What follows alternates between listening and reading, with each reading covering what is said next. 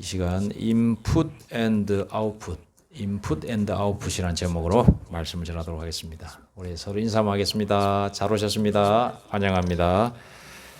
인풋은 입력이라고 하는 뜻을 가진 영어 단어입니다.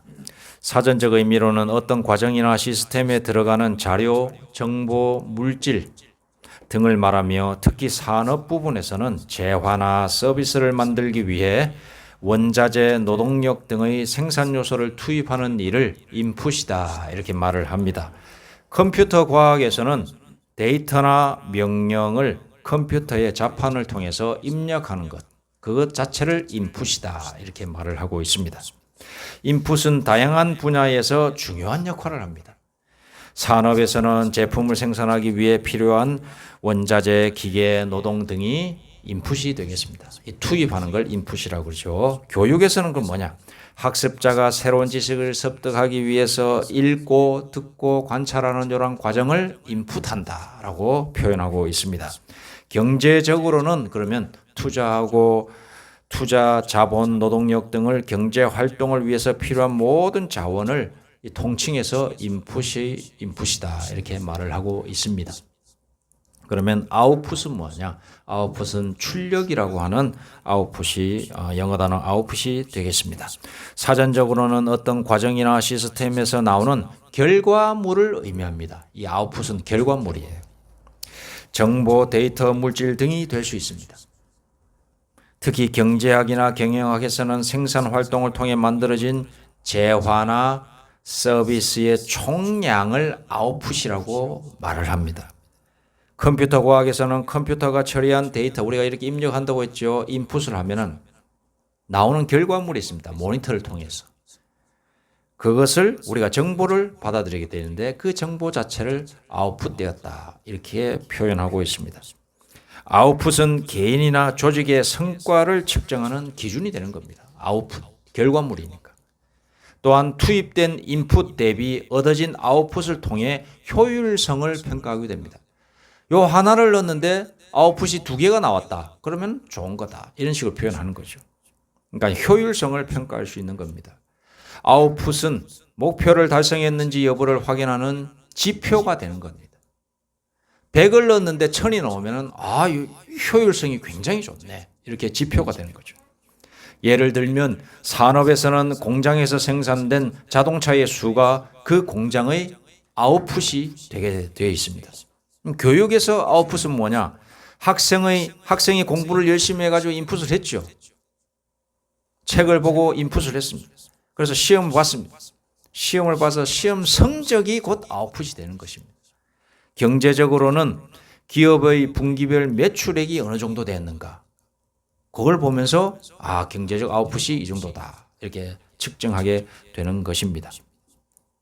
인풋과 아웃풋은 우리 삶과 밀접하게 연결된 세상살이의 순리 중에 하나입니다. 순리라고 하는 것은 여러분 한자로 보시면 이 내천에 이렇게 되어 있거든요. 그러니까 물이 위에서 아래로 흐른다라는 하는 순리의 그 속에 담겨 있는 의미가 되겠습니다. 물이 위에서 아래로 흐른 것과도 같다라는 뜻이죠. 순리는. 우리가 밥을 먹습니다. 밥을 먹는 것이 인풋이라고 했을 때에 밥을 먹으면은 이제 입을 통해서 이제 식도를 통해서 이제 위로 넘어가죠. 그렇게 해서 몸에서 이제 분해가 되어 여러 가지 에너지원으로 아웃풋이 되어 몸을 유지하고 또 활동하는데 쓰여지게 됩니다. 그렇게 아웃풋이 되는 것이고. 그리고 그 물질적인 음식 자체가 입으로 들어갔다가 또 나중에 아웃풋, 대장, 직장을 통해서 아웃풋 되는 겁니다. 여러분, 아침에 조금 더러운 말은 안 하겠습니다. 그래서 아웃풋 되는 거죠. 자, 우리가 어떤 것에 대한 공부를 하기 위해 책을 보면 해당 분야의 지식이 인풋이 됩니다. 나아가 인풋된 그 지식으로 인하여 경제 활동에 활용하거나 누군가의 대화 속에서 지식적 배경으로 쓰여지게 됨으로써 아웃풋이 되는 것입니다. 인풋을 해야 또 아웃풋도 생기는 겁니다. 대화에서도 인풋과 아웃풋이 있습니다. 우리가 서로 주고받는 대화에서도. 자, 듣는 건 뭡니까? 인풋입니다. 말하는 건 뭡니까? 아웃풋입니다. 또한 들은 내용을 통하여 얻는 지식과 우리가 말은 안 해도 들었을 때에 말은 안 해도 뭐가 남죠? 지식이 남습니다. 지식이 생산됩니다. 그게 아웃풋입니다. 그리고 뭐가 되죠? 우리 감정적인 변화가 생깁니다. 그것도 생산이 된 겁니다. 감정이 생산됩니다. 그것도 아웃풋입니다. 여러분, 인풋을 하고 아웃풋이 원활하게 이루어질 때 우리의 삶은 윤택해지고 성숙해지는 과정을 거치게 되는 겁니다. 하지만 인풋만 있고 아웃풋이 없다면 어떻게 되겠습니까? 인풋만 하고 받아들이기만 하고 밖으로 표현이 안 된다면, 드러나는 것이 없고 생산적이지 않다면 그건 문제가 되는 것입니다. 우리나라 4대강 사업을 하고 나서 이제 4대강 그 사업의 이제 주 요지가 그겁니까? 중간중간에 보를 설치해서 물 좀 가둬서 농업용수나 산업용수로 좀 물을 좀 잘 활용해 보자. 그런 의도로 했거든요. 근데 이 자연 환경적으로 보면은 그것에 이제 물이 잘 갇히는 원리가 되어 가지고 이 환경 운동가들이 이 보를 조금 더 넓게 하든가 중간중간에 더 이렇게 물살을 좀 갈 수 있는 중간에 이제 물 통로를 더 내야 된다. 이렇게 말을 하기도 합니다. 그 이유가 뭐냐면은 여름이 되고 이제 날이 뜨거워지니까 이 보에 갇혀 있는 물들이 물살의 흐름이 조금 느려지게 됨으로 인해서 보 때문에 느려지게 됨으로 인해 가지고 물이 썩어져 간다는 거죠. 그러니까 녹조 현상이 너무 심해져 간다 이거죠. 여러분, 녹조 현상이 일어나는 이유가 무엇입니까? 인풋이 되었는데 아웃풋이 잘 안 되기 때문에 그런 겁니다. 물이 들어왔으면 물 똑같이 이렇게 흘러가야 되는데 잘 안 되고 고이니까 여러분, 그런 녹조 현상이라고 하는 안 좋은 현상을 맞이하게 되는 것입니다. 인풋에 비해 아웃풋이 적은 결과였습니다.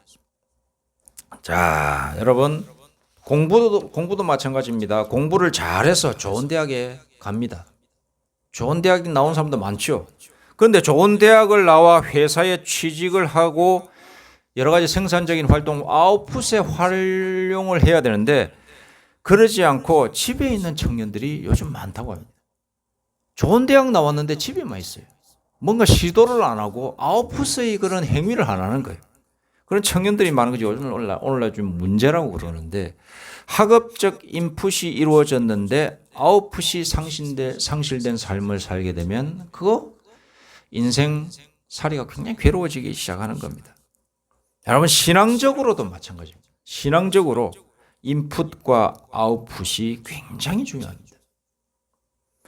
인생살이에서도 인풋이 중요하지만 신앙적으로는 인풋이, 자, 여러분, 신앙적으로는 인풋이 아웃풋보다 중요합니다. 왜냐? 인풋은 우리의 영역이고 아웃풋은 누구의 영역이냐면 하나님의 영역이기 때문에 그렇습니다. 하나님을 향하여 하나님의 아웃풋을 받기 위해서는 우리가 인풋을 해야 됩니다. 아웃풋은 인풋의 결과이기 때문에 우리가 인풋을 하지 않으면 아웃풋은 이루어지지 않습니다. 특히 신앙적으로는 그렇습니다. 물론 때때로 생뚱맞게 불가항력적으로 하나님의 아웃풋이 어떤 한 사람에게 딱 내려오는 경우가 있긴 있습니다만 그런 경우는 지극히 드물고 대부분 거의 99%라고 해도 과언이 아닐 정도로 내가 인풋을 해야, 사람의 입장에서 하나님께 인풋을 해야, 표현해야 하나님은 아웃풋을 하게 되는 것이 성경의 원리로 다 그렇게 되어 있습니다. 자, 오늘 말씀으로 한번 돌아가 보겠습니다. 오늘 말씀에 보니까 1절 말씀, 인풋이 있습니다. 오라 우리가 여호와께로 돌아가자. 여호와 하나님께로 돌아가는 것 인풋입니다. 돌아간다라고 하는 것이 뭐죠? 우리의 몸과 마음 그리고 우리의 모든 행위가 하나님께서 원하시는 율법으로, 하나님께서 원하시는 그 말씀으로 들어가고 실천하고 그것을 따라야 된다 이 말씀입니다. 그것을 통칭해서 여호와께로 돌아가자라고 하고 있는 겁니다. 3절 말씀, 그러므로 우리가 여호와를 알자, 힘써 여호와를 알자, 알아가는 것, 우리 하나님을 알아가는 것 인풋입니다. 알기 위해서 하나님을 아는 방법이 뭐가 있습니까? 하나님의 말씀을 보는 거예요. 하나님의 말씀을 보면, 성경을 보면서 하나님은 어떤 분이신가를 하나씩 깨닫게 됩니다. 사건들이 있습니다. 그런 것들을 기록해서 많이 성경에 이렇게 기록하고 있거든요. 그 사건 속에서 하나님은 어떤 분이신가를 우리가 간접적으로 이 성경 말씀을 통해서 깨달을 수가 있어요. 그래서 하나님의 말씀을 보라고 하는 거예요. 이 하나님의 말씀 성경을 보면 하나님이 이런 분이시구나라고 하는 걸 우리 사람이 깨달을 수가 있어요. 그렇게 해서 하나님을 알아가는 거예요. 하나씩 알아가는 거예요. 자, 여호와를 알자. 힘써 여호와를 알자. 말씀을 알자. 하나님의 말씀을 더욱 힘써서 알자. 비슷한 말이다. 여러분, 하나님 말씀 안 보면 하나님을 알 수가 없습니다. 성경 안 보면 하나님을 알 수가 없습니다. 믿음 좋은 사람들 지금 성경 안 봐도 한때는 성경을 파고 팠던 사람들. 그래서 하나님을 어느 정도 아는 거예요. 하나님은 이런 분이시다. 하나님은 이런 상황에서 이런 행동을 하기를 나에게 원하신다. 이런 걸 성경 말씀을 통해서 다 깨달은 사람들. 하나님을 모르면, 인풋을 안 하면 하나님의 은혜가 없습니다. 하나님의 아웃풋이 없습니다. 다시 1절로 돌아가서, 자, 여러분, 아웃풋이 나오고 있습니다. 여호와께서 우리를 찢으셨으나 도로 낫게 하실 것이요 우리를 치셨으나 싸매어 주실 것입니다. 자, 이건 약간 좀 이상한 말씀처럼 보일 수 있습니다. 아니, 그럼 애시당초 우리를 찢지 마시고 치지 마시지. 뭐 또 찢어 놓으시고 낫게 하시고 치시고 나서 또 싸매어 주시냐, 이렇게 생각하시지만 그게 아닙니다. 왜 하나님께서 우리를 찢으셨는가? 이거는 호세아가 여기서 말을 하지만 이유가 있는 거예요. 왜 찢으셨는지.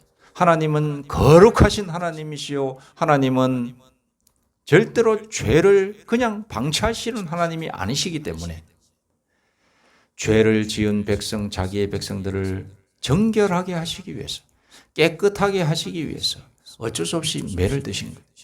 그래서 깨달으라는 거죠. 네가 죄에 빠져 있다. 그 죄에 빠져 있는 것을 돌이키지 아니하면, 죄에서 돌이키지 아니하면 너는 죽을 수밖에 없는데 죽기 전에 너를 칠 수밖에 없다. 그래서 찢으시고 치신 거예요. 우상 숭배를 하였고 하나님의 말씀으로부터 떠났습니다.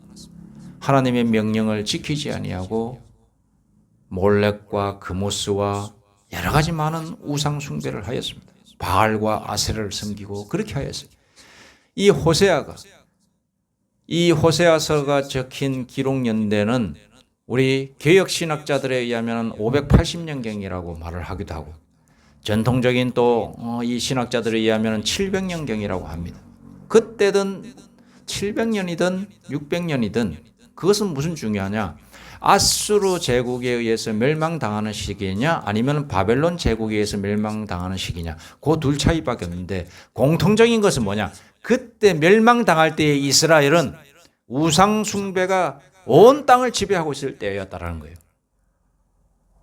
공통점 뭐예요? 공통점.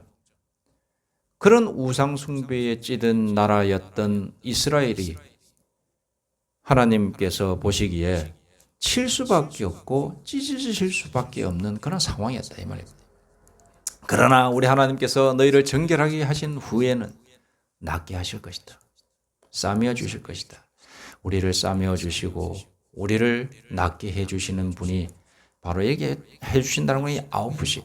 우리가 돌아가면, 우리가 하나님께로 인풋을 하면 하나님께서 우리에게 아웃풋으로 은혜를 주신다라는 것입니다.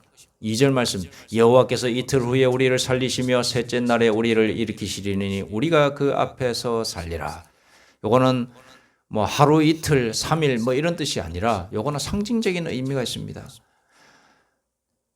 오늘날 신학자들에 의하면 이 말씀은 호세아를 통하여서 예수 그리스도의 십자가의 고난을 의미하는 거예요. 그래서 십자가의 고난은 무엇이냐? 우리의 죄를 다 사하여 주시는 하나의 과정인 거죠. 하나님의 사랑의 극치가 바로 십자가의 사랑이거든요. 그래서 우리를 살리신다는 거예요. 그리고 셋째 날에 우리를 일으키시리라. 부활시켜 주신다. 예수님이 사흘 만에 부활하셨듯이 너희의 죄된 영혼이 이제 살아나니 다시 태어날 것이다. 이것을 의미하는 단어다. 이렇게 말을 하고 있습니다. 어찌되었든 이것도 하나님의 아웃풋이 되는 겁니다. 우리를 살리시며 우리를 일으키시리라. 우리가 하나님께로 돌아가서 인풋을 하면 하나님께서 우리에게 살리시며 일으키시는 우리를 살려주시는 그러한 아우푸시의 역사가 있다는 거죠. 마지막 말씀 3절 말씀, 우리가 여호와를 알자, 힘써 여호와를 알자. 그의 나타나심은 새벽빛같이 어김이 없나니 비와 같이 땅을 적시는 늦은 비와 같이 우리에게 임하시리라. 아우푸심, 우리에게 적절한 은혜를 주시고 우리가 절망 속에 있는 그런 상황에서 건져주시어서 우리를 새로운 희망, 새로운 싹이 태어나는 그런 길로 인도해 주실 것이다 라고 하는 하나님의 아웃풋이 기록되어 있는 것입니다. 여러분, 우리가 하나님께 인풋을 하는 과정이 있어야 됩니다. 우리가 다른 이 말씀뿐만 아니라 하나님께서 우리 데살로니가 전서에도 보면 쉬지 말고 기도하라 이렇게 말씀하고 있습니다. 쉬지 말고 기도하라 이런 말씀을 왜 하실까요? 계속해서 너희가 나와 나에게로 와서 나에게 영적인 인풋을 계속해라. 그리고 너는 내게 부르짖으라 이렇게 하고, 너는 내게 예레미야에게 말씀하십니다. 너는 내게 부르짖으라. 인풋을 해라. 영적 인풋을 해라. 환난 날에 나를 찾으라. 환난이 찾아왔느냐? 그럼 나를 찾아라. 나를 또 찾고 찾아라. 내가 믿어지지 않느냐? 그러면 나를 찾고 찾아라. 인풋을 해라. 그럼 어떻게 될 것이냐? 쉬지 말고 기도하면 하나님께서 응답해 주신다고 이야기해요. 응답이라고 하는 아웃풋의 역사가 있다. 너는 내게 부르짖으라. 예레미야에게 말씀하셨을 때 응답의 아웃풋으로서 뭐라? 너는 내게 부르짖으라. 내 부르짖음을 내가 너의 부르짖음을 들어줄 것이요 내 눈에서 눈물을 닦아주리라. 아웃풋이 하나님의 아웃풋이 있는 겁니다. 환난 날에 나를 찾으라.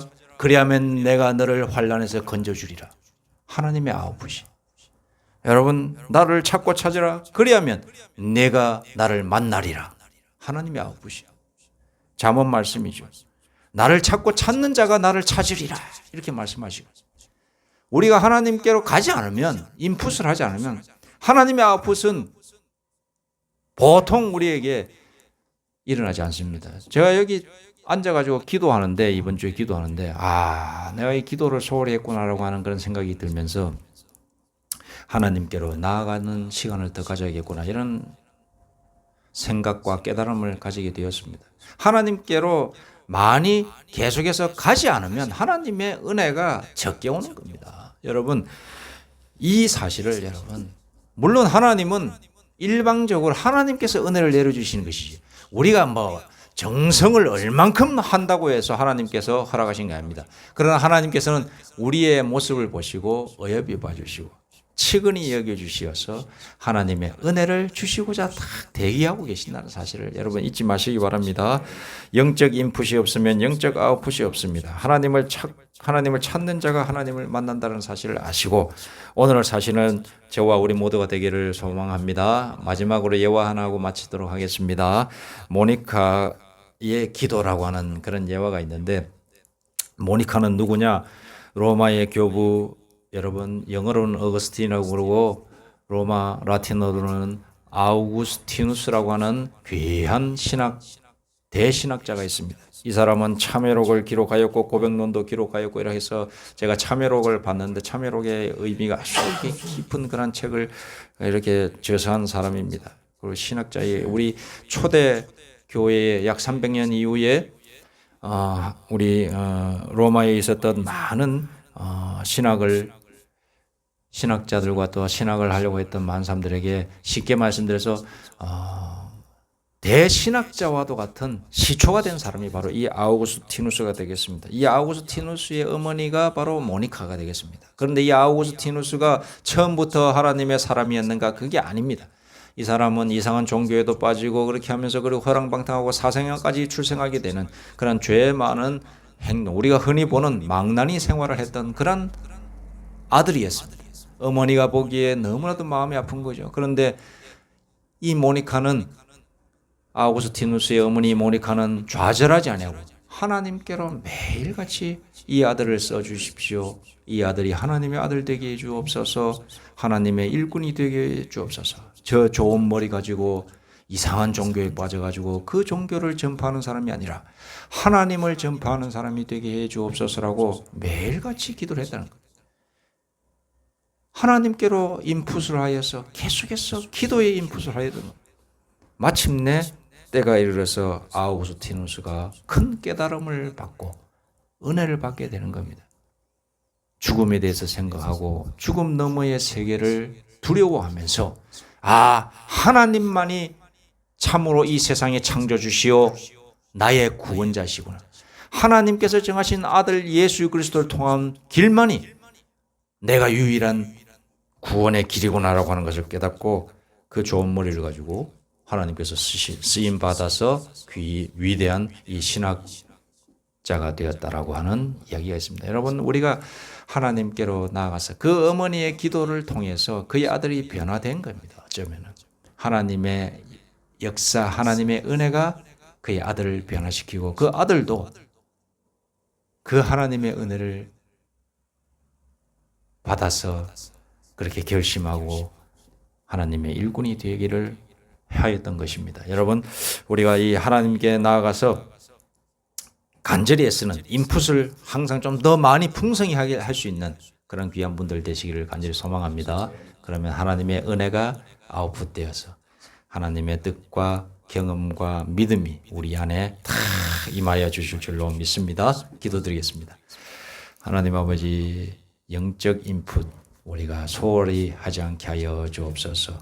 우리가 하나님께로 나아갈수록 하나님께서도 우리에게 큰 은혜를 더하여 주실 줄로 믿습니다. 주님, 우리가 끝까지 이 귀한 신앙의 삶을 살게 하여 주옵소서. 예수님의 이름으로 기도드립니다. 아멘.